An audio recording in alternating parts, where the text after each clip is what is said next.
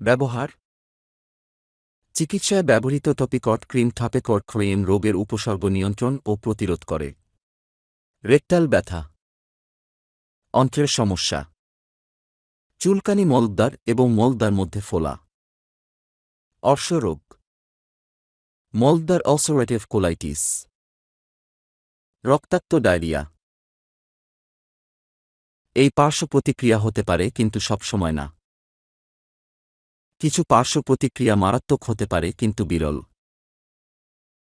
উদ্দীপ্ত চুল, ফলিকলস, ত্বকের শুষ্কতা, চামড়ার রং ক্ষতি। এগুলো পার্শ্ব প্রতিক্রিয়া হলে আপনার ডাক্তারের সাথে পরামর্শ করুন, বিশেষ করে যদি না যায়।